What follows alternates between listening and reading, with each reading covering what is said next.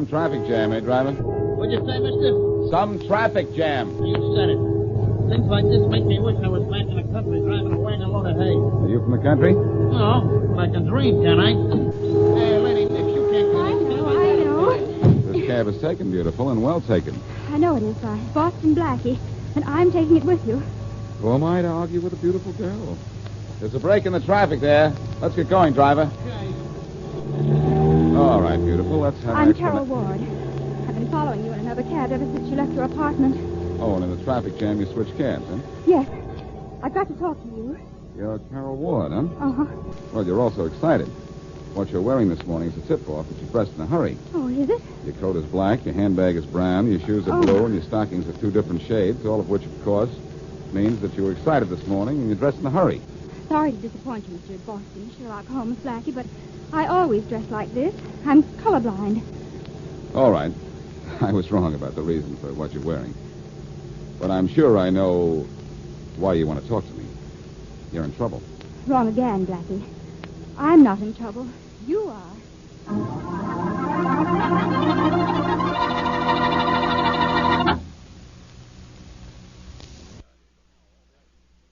As Boston Blackie, enemy to those who make him an enemy, friend to those who have no friend.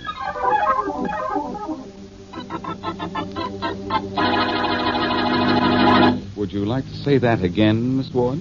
I don't know why it needs repeating, Blackie. I simply said, I'm not in trouble. You are.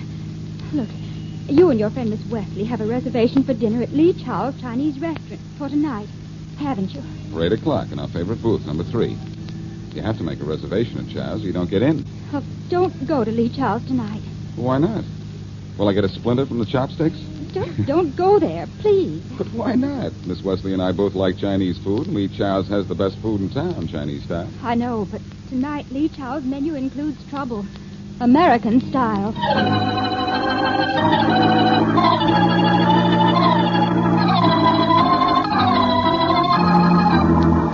Blackie, maybe that Miss Ward knew what she was talking about. Let's not go in. I'll tell you something, Mary. Before Miss Ward came to see me, I was thinking of canceling our reservations here and taking you to McGoldrick's for steak. Oh, why didn't you? I was going to, until I was warned not to come to Lee Chow's. Then I just had to come. Let's go in, huh? Blackie, please. Mary, please, let's not worry about stupid things. Let's go in and worry about our appetite. Well, all right, but I have a feeling. I have a feeling, too, a hungry one. Okay. Ladies first. That's the first nice thing you've said to me all day. Oh, for goodness sake. The place is empty. Not completely, Mary. We're here. Here comes Lee Chow's son. Good evening, Mr. Blackie. Miss Wesley, good evening. Good Hello, evening, George. George. Where is everybody? It's the most strange thing. Everybody is late tonight with the exception of you and Miss Wesley. Oh, we're always on time for your food, George. Thank you, Miss Wesley. You are most kind. Where's your dad, George? Don't tell me he's the cook tonight. No, and it is most unusual, Mr. Blackie. I have not seen my father all afternoon. Oh, that is funny. It is most peculiar. He's always here at 6 when I come to work. When I arrive this evening, only the cook is here. You did not come to share my troubles, only my food. You will want your usual booth, of course? Number 3. That's the one you reserved for us, I hope. Does not seem like Tuesday night if you're not in booth number 3 with Miss Wesley. Well, that'll be his last Tuesday if he's in booth 3 with a girl who isn't Miss Wesley. I will draw the curtains for you. Thank you. Blackie, look on the floor. I see it, Mary. It's George, that's... my father. I guess you'd better close up shop tonight, Father. George. Your father's dead.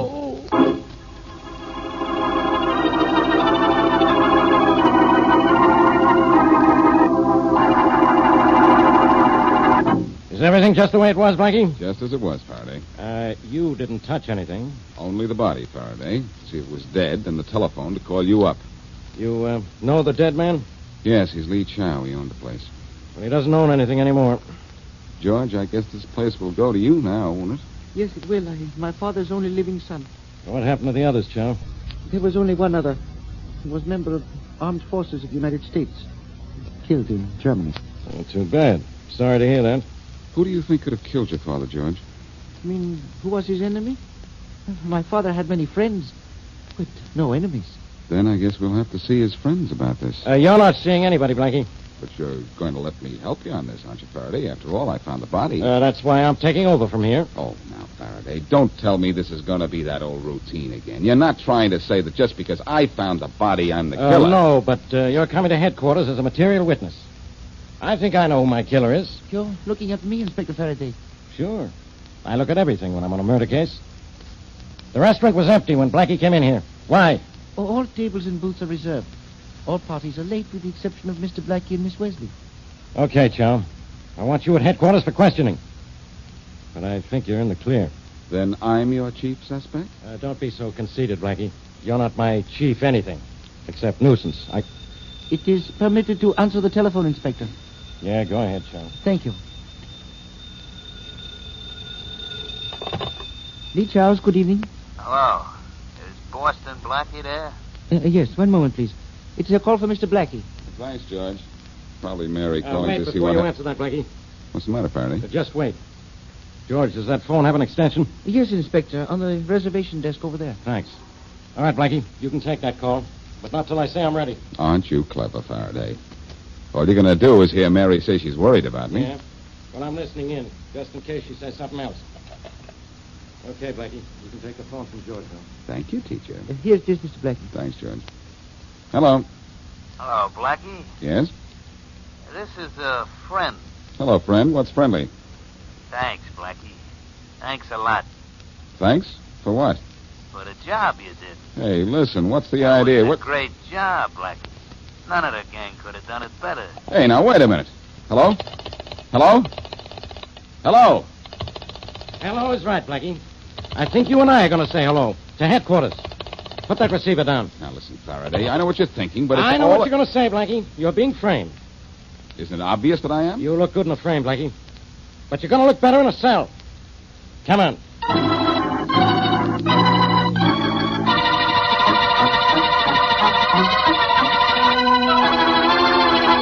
No, I'm sorry. This is the Smith Rogers Publishing Company. You must have the wrong number.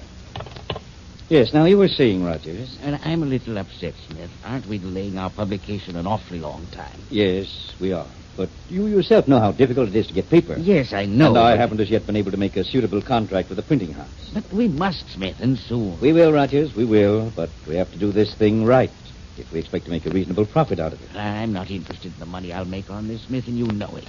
I'm letting you use my name because you said it would help, but I think our proposed book is a very worthwhile enterprise. It is worthwhile, but let me handle this my own way. I agreed to that when you came to me with the idea, but how soon will we be ready to publish? Well, here's the situation as it now stands.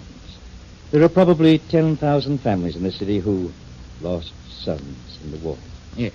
If half of them buy the memorial ads in our book, then I'd say we were almost ready to publish. How many have purchased ads for their sons so far? Only about 1,800 to date. So you see, if our book is to be a truly representative memorial to our war dead, we must get a few thousand more ads before we publish. I suppose you're right. We've postponed the publication date so many times. Aren't we getting complaints from those who have already bought ads for their sons? No, we aren't having much trouble in that direction. 1 or 2 people have inquired as to when we'll publish our book, but I've sent a man to explain to them that... Excuse me. Of course. Come in. Hi, Mr. Smith. Oh, Weaver, come in. I done what you told me to, boss. Oh, Weaver, I don't think you've ever met my partner. No, I ain't. Mr. Rogers, this is Weaver, one of our solicitors. How do you do? And he's doing a good job, too. I done a great job a couple hours ago, Smith. I took care of that Lee Chow guy just like you told me. Yes, that's fine, You Weaver. Now, took care of him, Weaver? It sounds as if you do business in a rather unfriendly way. you don't understand, Rogers. Weaver has a... What the boss means, Rogers, is I get what I want out of a guy. Or I give him what's good for him. Weaver, that'll be all. What's the matter, boss? What are you sore for? You told me to kill a guy, and I done just like you says I should. You did what? Knocked the guy off. He was griping so much that we Weaver, come outside with me a minute. Well, okay, boss, but what are you so You sore? killed a man. You killed... Smith, I don't understand this. Don't at get all. excited, Rogers. It isn't what you think at all. I'll explain in just a minute. You certainly will. Outside, Weaver. Okay, boss, but... I'll be right with you, Rogers. Boss, what's the matter? Just answer a few questions, Weaver. Did you kill Lee Chow? Sure, boss. He was complaining about not seeing the book yet, wasn't he? What did you do? Well, first I plugged the guy. Yes. Then I calls up all the parties what got reservations in the joint and cancels them. Uh-huh. But I don't call Boston Blackie and cancel his. So when Blackie gets to Chow's, he's the only one in the joint. When he finds the body, the cops nab him for bumping the guy. Good work, Weaver. Sure. Then I called Blackie while the cops were still there. You like what I done, huh? I think you did a great job killing Lee Chow. Yeah. It was a pleasure. I done a good job, huh, boy? A great job, Weaver. You made only one mistake. Now, what'd I do wrong? You talked in front of Rogers. What, are you your partner? Don't he know we're taking dough from the suckers? And we ain't never gonna publish no book? No. He thinks we're on the level. And he certainly had no idea till now that we'd kill anyone who got in our way. Oh, boy, he's dumb, ain't he? He don't know nothing. He didn't know anything until you told him everything. Oh, that was a mistake, huh? Yes. But your last one, Weaver. Hey, boss, what are you fiddling with that gun of yours for? I'm putting a silencer on it. You're gonna knock off Rogers, huh? Kill Rogers? No. I'm going to kill you.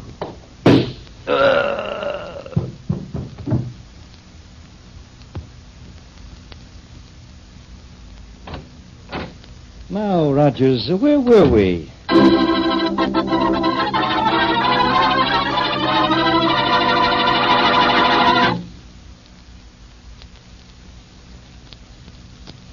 And now, back to Boston Blackie.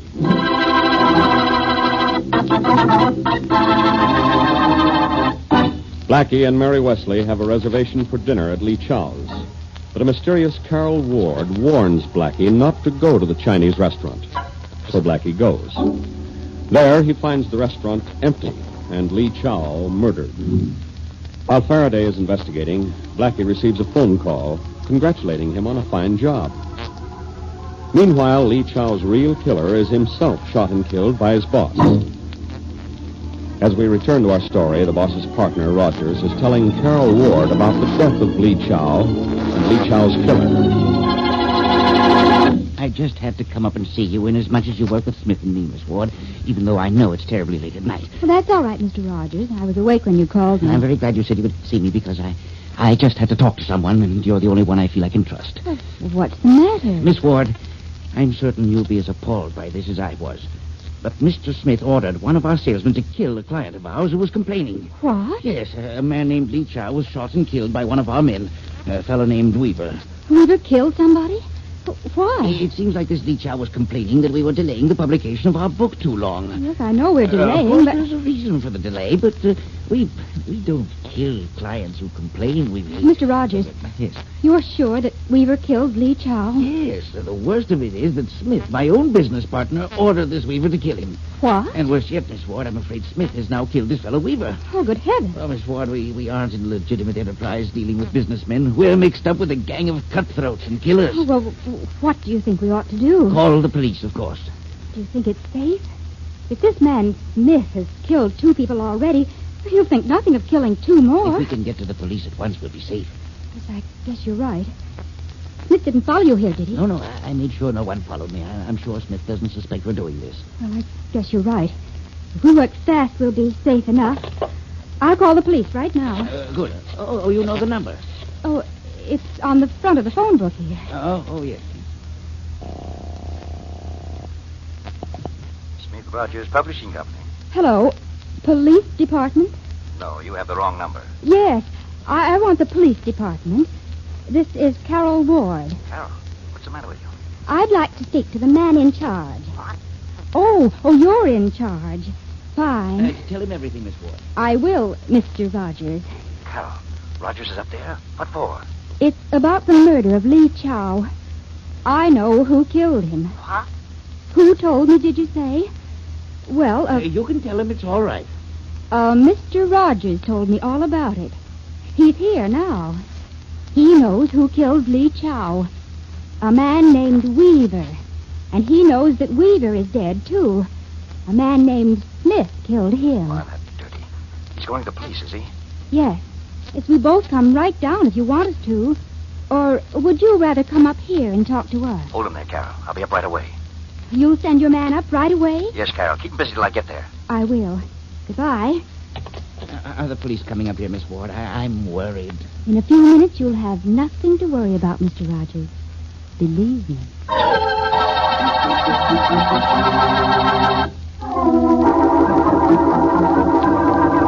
Look, Faraday, how much longer do I have to sit in your office and look at that dumb face of yours? Can you tell me what you know about Lee Chow's death, Blackie? I told you all I knew 5 minutes after we got here. I don't know who killed him or why he was killed. Well, give me a good answer to just this one question, will you?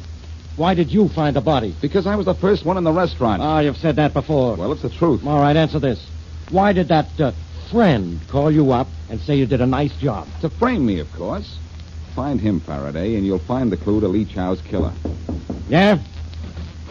Inspector. Get out of here, Rollins. Can't you see I'm busy? Yes, Rollins, he's busy as usual and getting nowhere as usual. Quiet, Blackie. You mean it, Inspector? I mean it. Fine, now don't complain when I won't talk. You'll talk. You'll never get out of here. Rollins, are you still standing there? Yes, Inspector, and I think I have something you ought to know about. All right. Make it brief. Mrs. Charles Rogers just called up, said her husband is missing.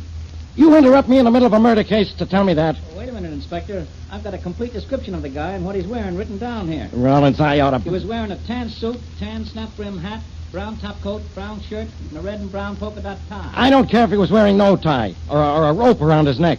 I'm investigating a murder, and you have the nerve to come in here and... Listen, Inspector, here's the thing that's important. No. This Mr. Rogers' wife says when she last heard from him, he was going up to see Boston Blackie.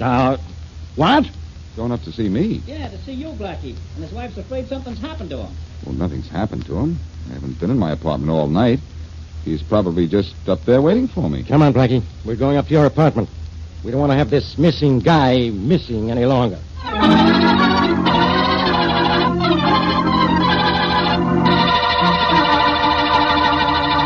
Faraday, what makes you think Rogers is still waiting for me in I here? just have a hunch. That's all. Now, come on, let's go in. Faraday, one of these days your hunches are going to bend you double. After you. Mm-hmm. See? I told you he'd still be here. Well, what do you know? I'm asleep on my best couch, too. Hey, Rogers, wake up.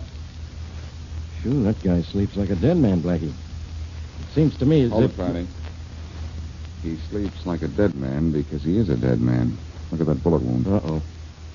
Well, this is one you can't blame on me. I've never seen this guy before or heard of him. And I've been in your office most of the night. Yes, I know. This guy hasn't been dead more than a half hour. So I wonder if he's really the missing man. Looks as if he is to me, Faraday. He answers his wife's description. Tan suit, tan snap-brim hat, brown top coat, brown shirt, and green and brown polka dot tie. Yeah, it fits all right. Then I guess I'll have to call Mrs. Wait a Rogers. minute, Faraday. Hmm? Do you have Rogers' description that Rawlins wrote down for you? Sure. Here. Top page on this pad. Let me see it. Thanks. Well, the description fits. Guess I'll call headquarters and have Mrs. Rogers... Hold it, Faraday. The description doesn't fit. Not quite. What do you mean, not quite? According to the Rawlins note, Mrs. Rogers described her husband's tie as being red and brown polka dots. Look at it, Faraday.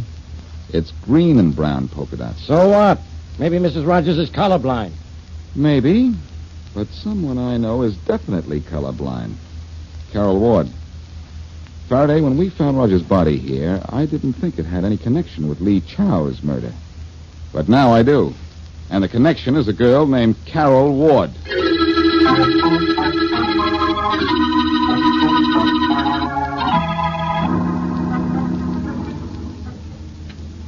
Can you get the apartment door open, Blackie? Yes, if you'll keep your back turned while I jimmy the lock. Don't want you to know any of my secrets. All right. Are you sure this is Carol Ward's apartment? Well, we found Rogers' address in his wallet and Carol Ward's telephone number on the desk pad at his house. Your telephone cross file says... Okay. I guess we're at the right place. The door's as good as open, Faraday. Now it is open. We've got to go in carefully. Someone might be waiting for us in here. I doubt it, Faraday. I made enough noise jimmying the lock to send anyone here out the window. Yeah, I guess you did. I wonder where the light switch is. I think I have it. There. Thanks to me and Mr. Edison, we can see what we're doing. Yeah. What are we doing? Waiting. And with the door open, too. I think we'd better close it. Sure. You know, Faraday, I have a hunch Rogers was killed in this apartment and then taken over to mine. Yeah? What makes you think so? Just a hunch, that's all. Maybe if we look around the... Oh, somebody's coming. Let me handle this. Hi, Faraday. I'll be behind these curtains here. Hello. Hello, Mrs. Rogers. Hello, Blackie. What are you doing up? What did you call me? Mrs. Rogers. You are Mrs. Rogers, aren't you? What gave you that idea? I'm Miss Carol Ward. You said you were Mrs. Rogers when you called the police. I'm not Mrs. Rogers. I never called the police. And I think you'd better get out of here before I call them now. I'll call them myself in a minute, Miss Ward, to arrest you for the murder of Charles Rogers.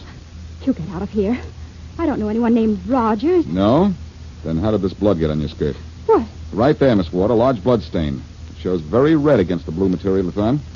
Where? I can't see it. You can't see it, Miss Ward, because you're colorblind. But I'm not blind to colors or anything else.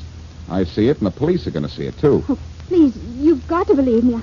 I didn't kill Rogers. Smith did. Who's Smith? My boss. He killed Weaver, too. That's why he had to kill Rogers.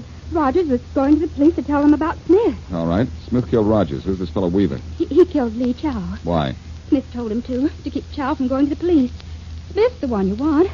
I knew he ordered Chow to be killed, and I know he killed Weaver. I saw him kill Rogers, but I had nothing to do with any of the deaths. You're going to have a lot to do with Smith dying in the electric chair. Where is he? I don't know. Where is he? I don't know. Look, you told me this much. Tell me the rest, and the police may go easy on you. I won't tell the police anything. Oh, won't you? No. And what can you do with what you know? Just help Inspector Faraday if the police remember your story. Come out from behind the curtain and take a bow, Inspector.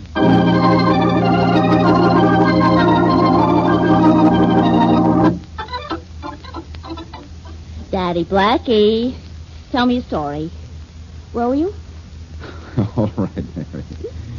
Just sit on my knee like a good little girl. Oh, goody. Now, what story would you like to hear tonight? 3 bears? Oh, no. I would like to hear the story about the 3 murders. All right.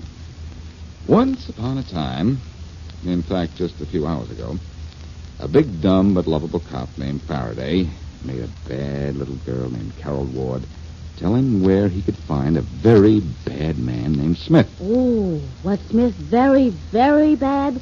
Yes, Dora Mary. He was very, very bad. He was selling memorial ads to people who lost sons in the war. He was promising them to publish these ads in a book. But the awful bad Mr. Smith was going to keep the people's money and never publish the book. Oh, Daddy Blackie. He was going to scramble the dough, wasn't he? Daughter, such language. Yes, he was going to scramble the dough. Well, did he? No, he didn't. Because a very handsome, brave, courageous, and brilliant young hero named Boston Blackie caught him before he could get away. Oh, our hero. Was it exciting? Very exciting. This handsome and brave and brilliant Boston Blackie pulled a gun on the very bad Mr. Smith, and with a dumb but lovable cop named Faraday, took him off to jail.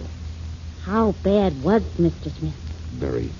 He put a dead man's body in the handsome Boston Blackie's apartment, and the very bad man had Carol Ward phone the police to put the blame on Blackie. But luckily, Blackie and Faraday were together when the call came in. Gosh. And the very bad Carol Ward first warned Blackie not to go to Lee Chow's, knowing that would make him sure to go. It seems this bad little girl was very colorblind. So, later to make her confess, Blackie said there was blood on her skirt.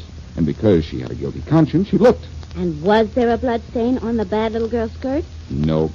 The handsome Boston Blackie was telling a white little fib. Gee whiz, gosh and golly. And what happened to the money the very bad Mr. Smith took from the innocent people? Every cent of it is going back to them. And that's how the story ends, huh? Yes, daughter. Except that everybody lived happily ever after, except Mr. Smith and Carol.